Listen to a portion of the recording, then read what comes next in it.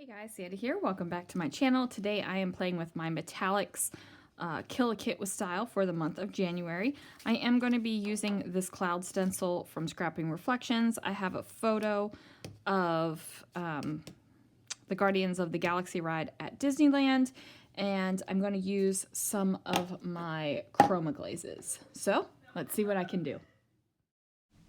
Alright, you guys, so I do not clean off my stencil, and that, some of you might think it's a mistake. I don't think it really is. So I am going to pop down a little bit of purple tape right in the middle of my cloud stencil, and then I'm going to take a little bit of the metallic chroma glaze in silver, and basically I'm smushing it all over the clouds.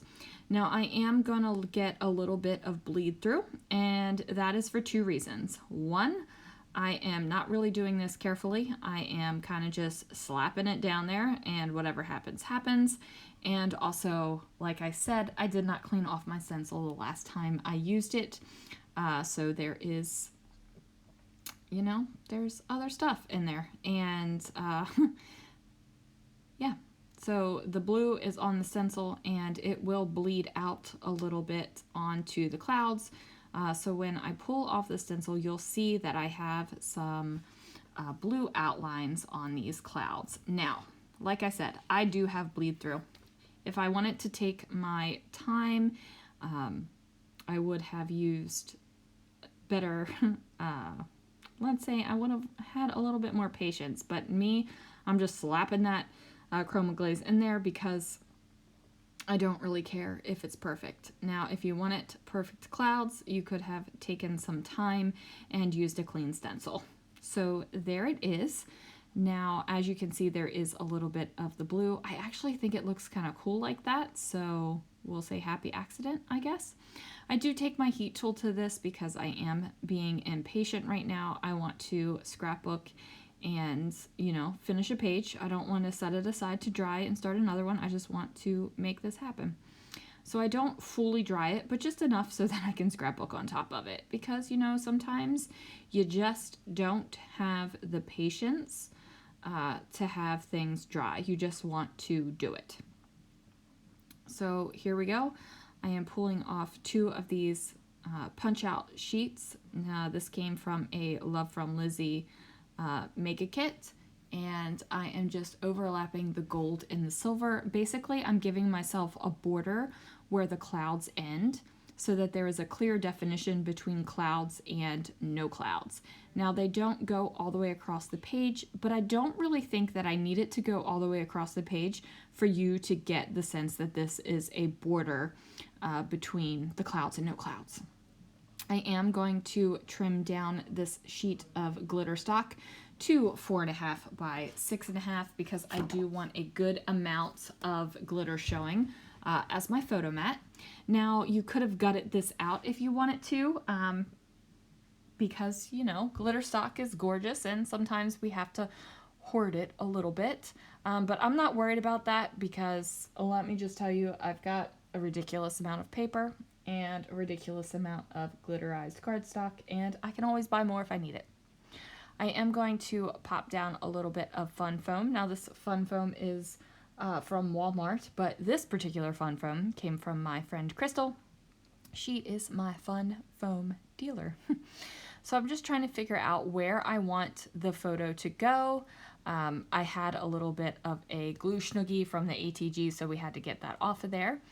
And then I'm going to use this die cut that says Everyday Explorer, and this came from a Vicky Bouton collection. I don't know which one because I do tear apart my die cuts and put them in little bins, and all the Vicky Bouton ones are together. So I'm going to add on this little game spinner thing here just to pull in a little bit of different color. I wanted a little bit of contrast. And the blue and the red contrast beautifully. Now, I think I'm going to put a tag here and then put something else here as well, but I decided not to go with that. I really liked that little travel tag, but then I realized it had an airplane on it, and this is kind of space, so no airplanes. Now, these little stars that I am using right here are stars that I used for a Brutus Monroe layout. I created it, created just some backgrounds with some aqua pigments, die cut them out with stars, and then die cut the next size with a black star, and just made them together. And I had some leftovers and I kept them because I liked them. And you know, I had no idea when I would ever use them again, but I think that they worked out pretty good on this page. So I'm just trying to layer up the stars so that they look like stars. You can definitely tell they're stars even though a bunch of them is covered up. So we have that going, and then I'm going to add some more. I think I'm going to add it here, but I don't like it. I had pulled out some of these red things, but they're a little bit too red for what I have going on here. My reds here are a little bit more on the orange side than the bright red side. I'm going to trim down this frame and place it down here. Basically, I created a longer rectangle where the photo is by placing this frame down here underneath of it, and I decide to overlap one of the stars down here as well. And now I feel like I'm a little bit bottom heavy, so I need to bring something over here to the top. I was thinking about this banner that said Visit Outer Space, but I didn't like it up at the top, but I wanted it to still be here on this layout, so I decided to add it over here to that dividing line between the clouds. So I grabbed 2 more of the stars that I had made for another layout, and I'm going to overlap them as well. And I, again, want to make sure that you can see it enough so that you know that it's a star. And I like that. I really like this little Explore Outer Space or Explore the Universe Today, but it really didn't go after all. So now I just got to find a pen and put some journaling down. So I'm just talking about how there were mixed feelings about the Guardians of the Galaxy ride, especially since it replaced the Hollywood Tower of Terror. And it did. It replaced the Hollywood Tower of Terror in Disneyland. But in Walt Disney World, it is still the Tower of Terror.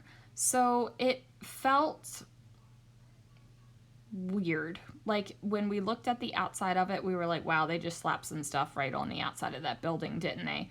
And we weren't too very impressed with the outside. And I know some people are probably like, what? Really? That's awesome. But we weren't. But the ride itself, the experience inside was fun. Like that was a lot of fun still. So overall, we enjoyed it. So I just finished my journaling, added the date, and here we have another layout done, another layout finished for Lana's birthday album, so it will eventually get a hidden Mickey. So there it is, you guys. Thank you so much for joining me. Thanks for watching, and I will see you again real soon for another video.